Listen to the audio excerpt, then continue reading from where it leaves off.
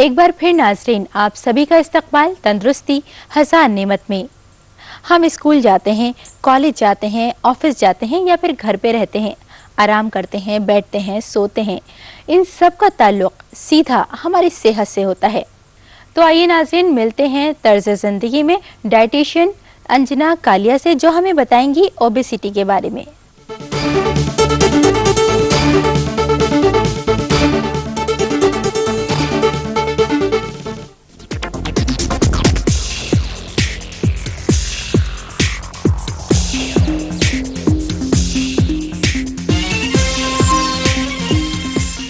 Obesity को एक point रखते हुए या एक हेल्दी लाइफ के लिए अगर हम बात करें कि उस कंडीशन में हमारा एक लाइफस्टाइल क्या होना चाहिए या डाइट हमारी क्या होनी चाहिए, तो उसमें कुछ ऑप्शंस मैं आपको देना चाहूँगी ज़रूर। जैसे अगर नाश्ते में आपकी जो बेस्ट ऑप्शंस हो सकती हैं वो हैं कुछ हल्का फुल्का, जैसे स्टफ्ड रोटी है, जो सीजनल वेजिटेबल स्टफ़ करके आप रोटी बना रहे हैं, या बेसन का चीला ले लीजिए, या मूंग दाल चीला ले लीजिए, या आप ढोकला ले सकते हैं, इडली ले सकते हैं। ये आपका एक हल्का फुल्का और एक न्यूट्रिशियस ब्रेकफास्ट होगा। स्प्राउट्स यूज़ कर सकते हैं आप, साथ में कुछ फल खाए और एक गिलास जूस का या एक गिलास दूध का आपने लिया। अपने साथ बाहर निकलते वक्त आप कुछ ऐसी चीज़ ज़रूर कैरी कीजिए, जैसे फल कैरी किया, ताकि अगर आपको कहीं बाई चांस लंच ना करने का की स्टेट आती है, जैसे आप लंच अवॉइड करना पड़ रहा है आपको, तो उस कंडीशन में आपने कुछ अपने आप बॉडी को आप ज़रूर दें जो इजीली डाइजेस्टेबल हो, ताकि आपकी बॉडी जो है वो आपके ऑर्गन्स पे, जो आपके बॉडी जूसेस हैं आपके ऑर्गन्स पे एक्ट ना करना शुरू करें, जिससे कि आपको एसिडिटी या गैस की प्रॉब्लम ना हो। तो उस कंडीशन में फ्रूट्स सबसे बेस्ट ऑप्शन है। आप फ्रूट्स ले सकते हैं या जूसेस ले सकते हैं, या फिर आप खूब सारा पानी पीजिए। वैसे लंच स्किप जहाँ जिस हद तक हो ना करना ही सबसे हेल्दी टिप है, क्योंकि लंच टाइम स्किप करने से हमें ज़्यादा प्रॉब्लम्स हो सकती हैं। लंच में जो बेस्ट ऑप्शंस हैं, जैसे रोटी या चावल, कोशिश कीजिए इन दोनों को कभी भी मिक्स ना किया जाए। रोटी या चावल लीजिए, सब्ज़ी सैलड दाल के साथ। फिर इवनिंग में कुछ हल्का फुल्का ले लीजिए, जैसे चाय या कॉफ़ी या जूस या फ्रूट्स। और रात के खाने का टाइम जैसे 7 या 7:30 बजे तक अपना आप डिनर जो है वो ख़त्म करने की कोशिश करें। उसमें अपने लंच से थोड़ा हल्का रात का खाना रखें, ताकि वो इजीली डाइजेस्टेबल हो। उसमें आप रोटी 1 या 2 रोटी ले लीजिए, सब्ज़ी दाल सैलड लीजिए। उसके बाद कुछ फल, आधे पौने घंटे के बाद फल लीजिए। कोशिश कीजिए फल और जो खाना है आपका, उन दोनों को भी मिक्स ना किया जाए, क्योंकि दोनों का जो डाइजेशन टाइम है वो डिफरेंट होगा। फल इजीली डाइजेस्ट हो जाएंगे और उसके बाद जो आपका खाना है वो अनडाइजेस्टेड रह जाएगा। तो फल जो आप ले रहे हैं वो एक सेपरेट मील में आपको लेने चाहिए, तभी हमें उसका मैक्सिमम न्यूट्रिटिव वैल्यूज़ हमें उसकी मिलती हैं। तो इस तरह से अपने लाइफ जो एक रूटीन को स्टेबलाइज और डिसिप्लिन करने की हमें ज़्यादा ज़रूरत है। मील्स हम जिस हद तक हो सके ना मिस करें।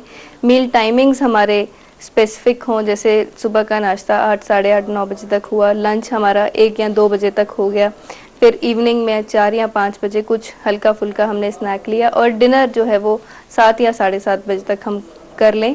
ये एक हेल्दी रूटीन या एक हेल्दी लाइफ के लिए इतना डिसिप्लिन होना हमारी ज़िंदगी में बहुत ज़रूरी है।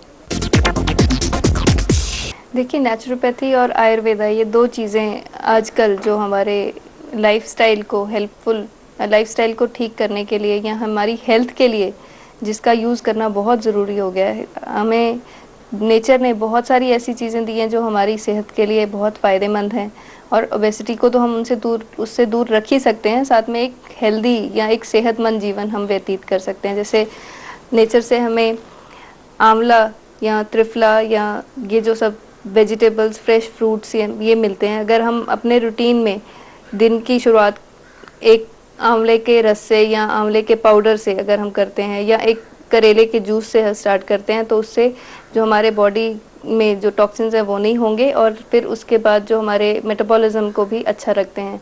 लौकी का जूस हम ले सकते हैं दिन की शुरुआत करने के लिए। उससे जो स्वेलिंग्स हैं हमारी बॉडी में कभी कभी हो जाती हैं, नॉर्मली लेडीज़ में ये देखा गया है कि उनके जो हाथों पैरों में सूजन आ जाती है, उसके लिए वो बहुत अच्छा रहता है।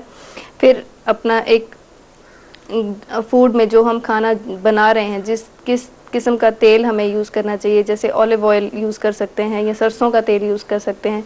कोशिश हमारी ये होनी चाहिए कि एक ही तेल बहुत देर तक हम ना यूज़ करें, हर महीने अपना तेल जो बदल बदल कर हमें यूज़ करना चाहिए।